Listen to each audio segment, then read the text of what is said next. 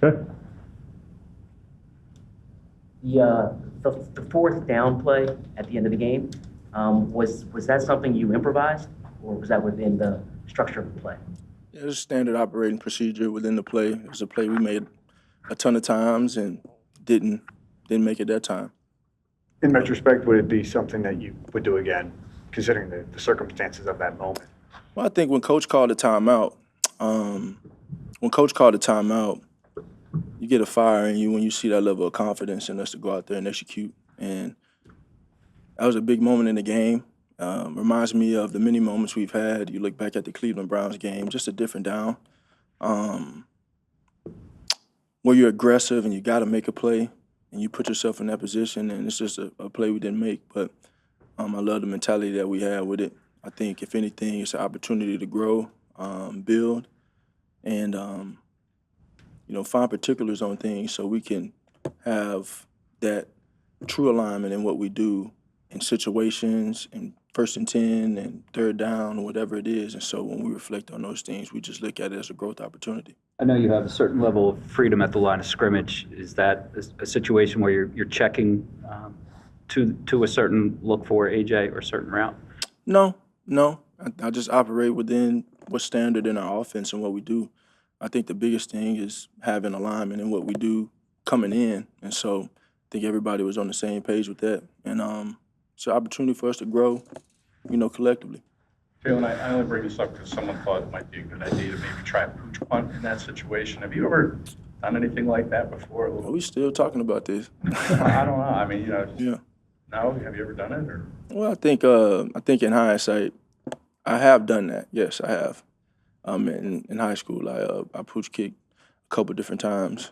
Um, so my pops was the last one that told me to do that one. So ain't nobody else asked me to do that since. But yeah, in that situation, though, maybe you think it might have been a good idea. Maybe. it's a matter of trust, man. Like, is a glass half empty or is it half full? It's a team sport. You play collectively as a unit. Defense played lights out. It was a defensive battle this past week, and obviously, when you have your opportunities to strike on offense, you want to take advantage of them.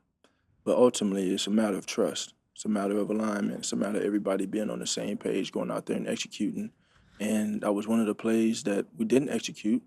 Ultimately, we executed enough to win the game. And so I look at it from a bird's eye view of that and say, well, when you're playing team ball, you got to lean on the person next to you.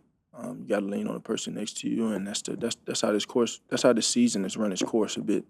It's been winning in a lot of different ways. It's been truly about the collective of that and playing together. And so I'm glad we were able to find a way to win. I'm not sure. I'm not sure if the AJ Brown comments got back to you that he made on social media, but about just kind of where he is in this season, frustration, and he just told us in the locker room that he wasn't going to apologize for that, and he does feel that way. And where do you stand in terms of getting him more involved in the offense? Yeah, I know you got to ask those questions, and I have a lot of respect for that. And I think my focus always gears back to what the group is doing and what the collective is. Obviously, AJ plays a pivotal role in what we've been and what we've done, and so we just have to continue to grow with that every day. I know he's talked about having a growth mindset and embracing that, and so we just need that mentality as we go throughout this season and try and get to where we're trying to go. So from your perspective, when the efficiency is not there, from your perspective, like in Green Bay, can you put a finger on that versus, say a Minnesota or a Giants game when you guys are performing at that kind of optimum level? Yeah, I think we're still searching for those things. Obviously, we're always a work in progress. And so we're always trying to get better. We're always trying to improve. We're always trying to figure things out. And that's just the mentality we have to have regardless of what it looks like, right? It doesn't matter what the performance is or what the outcome is. It's about the process, truly about the process. And so if we can just have that mentality, come together, approach every day with a great mentality and some diligence and just put forth the effort, everything will be what it's supposed to be. Hopefully that answers your question. There are stretches.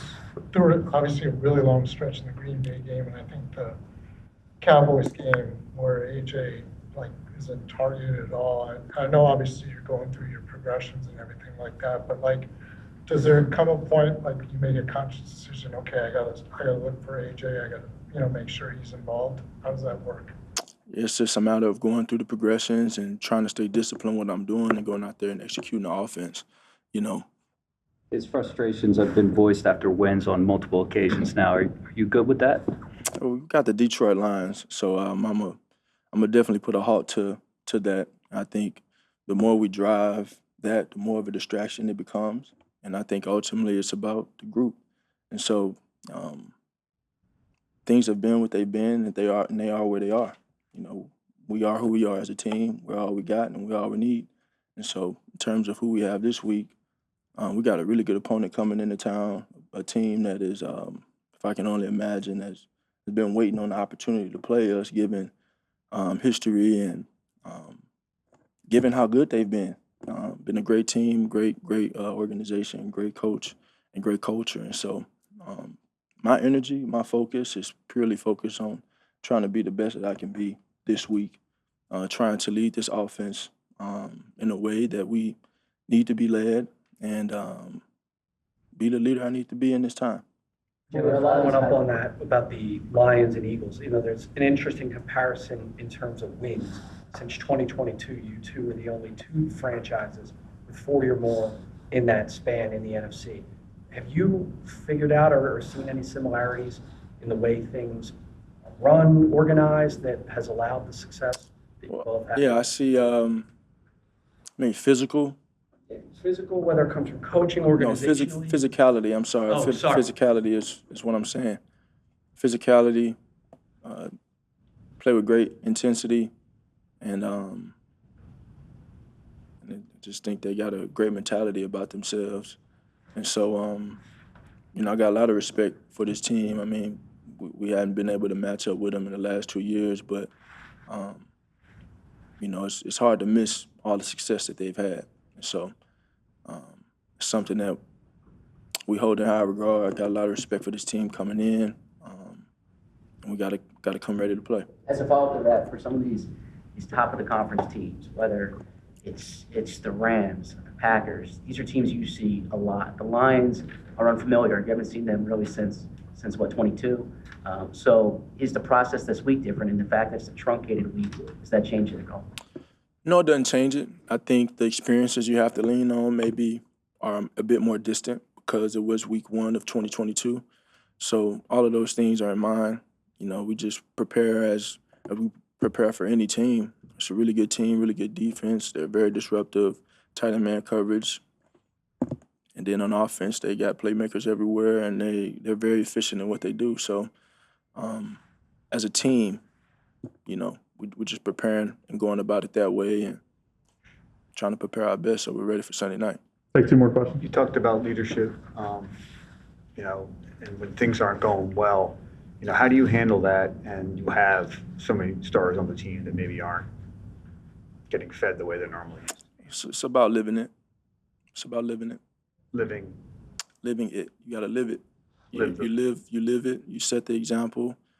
You give forth the effort, and you go about it in that way. And ultimately, it settles itself. Typically, you have to prepare for defense, Aiden Hutchinson and company. But when you look at their offense, is there a greater sense of urgency knowing you may have to score some points this week? I think all the offenses these days, honestly. I think less to make it about them. Got a lot of respect for them. I think for us, as we try and identify our niche and what we do on offense, kind of a follow-up to your last question, and I think, there's no such thing as a perfect game. There's no such thing as a perfect game. Even in the game that was deemed perfect, there were still opportunities to grow in, opportunities that we maybe could have taken advantage of. And so collectively as a group, when you talk about the flow, you talk about a rhythm, those are the things that add up to that consistency that you like. And I think for us, we've been able to win in a ton of different ways. And I do think that impacts us a little bit on the backside because you don't see the same thing all the time. But is it half empty or is it half full? You guys will decide that. I think it's only trending forward. I think it's a lot of opportunity to learn from those things and be the team we desire, be the offense we desire. But ultimately, it comes down to team ball.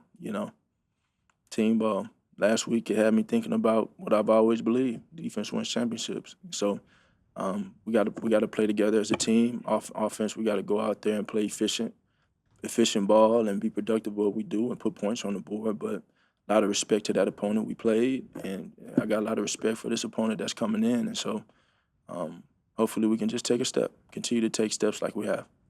Thanks, Joe. Thank you.